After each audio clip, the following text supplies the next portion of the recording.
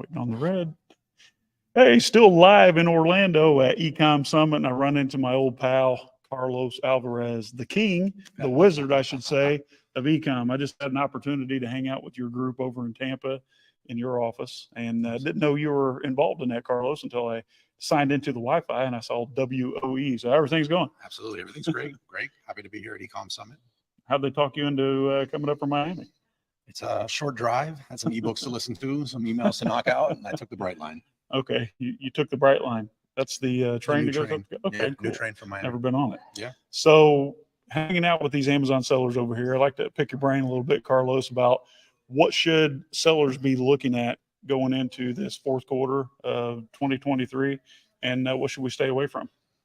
Let me get you in the frame here a little bit. There we go. Hopefully you've already shipped your inventory in at this point. I'm going to say that. So don't stock out. No, don't stock out.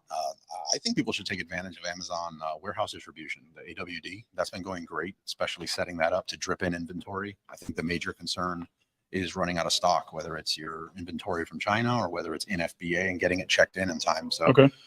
AWD has been working great for us. Just sending it there, setting it up to where it auto replenishes into your FBA, and we're set up to where there's no way we're going to run out. Oh, nice. Okay. So don't stock out, because then you're going to lose your momentum, right? Absolutely. Which is like a carnal sin in this game. And so you told us what to do, and you kind of told us what not to do. But what's the biggest thing, Carlos, that drives you nuts that you see sellers making the same mistake over and over that could easily be avoided? I'd say it has to do with product selection and selling Me Too products. I think people should differentiate and do something different. You can do something different on the marketing, your packaging, the product, something, but I think you should differentiate. So try to stand out. Absolutely. Don't try to copycat something that's already working. Absolutely. That stuff is so 2015, right? Absolutely. And I know you're working on some pretty big stuff. So we talked a little bit about off camera what you're doing with your Seller Cruise coming up in January. Yep. So what makes Seller Cruise different than a lot of the other events and conferences? I'd say one of the big ones is you go to one of these conferences and you see your speaker, like somebody sees you speak, and I got to chase you and get through your paparazzi and everything to get to you. And on the cruise, the person, you're kind of locked down, aren't you? Yeah, you can't go anywhere. The person can't run from you. They're there for the entire week. You can mastermind in the jacuzzi over pizza or on the islands, whatever you want to do. So it's a much more intimate event, and it's just constant learning. Constant learning, more intimate. So there's no way to escape. You're saying I'm going to run into you at the bar, at the pool, at the Absolutely. gym, and we're in a small space. So yeah, I think that is not to mention that we're actually floating, right? That's a big in the middle of the Caribbean. I'm going to try to do this someday. I may just do one stop and then bail out, but I know you said that was my next PL will be a motion patch for you. There you go, motion patch. We'll put my mugshot on it. So Carlos, for Ecom Summit, Brexton and the team here, they're doing things a little bit different. They have some pretty good speakers and some pretty highly engaged audience so far, like it was in Chicago. I don't think you made Chicago, did you? I was up there. So one of the things that they're doing different is they're interacting with the audience instead of just listening and absorbing a lecture for 45 minutes. There are some group activities getting you involved. How do you feel about that? Because I know you run the biggest meetup groups all over the U.S., right, for Amazon sellers? Largest Amazon seller meetup group in the world. So, I love it. I think there's too much going on in most of the spaces, including the Amazon space, with too much theory and not enough practical. So I love the fact that you're getting a little bit of the theory to understand the why this is being done, but you're actually having to do it. You're having to write it out. I think that's a critical part that people are missing. Instead of this, 6 hours or 12 hours of a PowerPoint presentation that you're really not even going to know what to execute on. So I think they're doing a really good job with that. And breaking that up mid presentation is pretty good. Have you decided what your group activity is going to be tomorrow? I'm assuming it's going to be between a hybrid model of selling between private label and wholesale. So how to leverage the two. Okay. So you'll get the audience involved in that as well, right? Absolutely.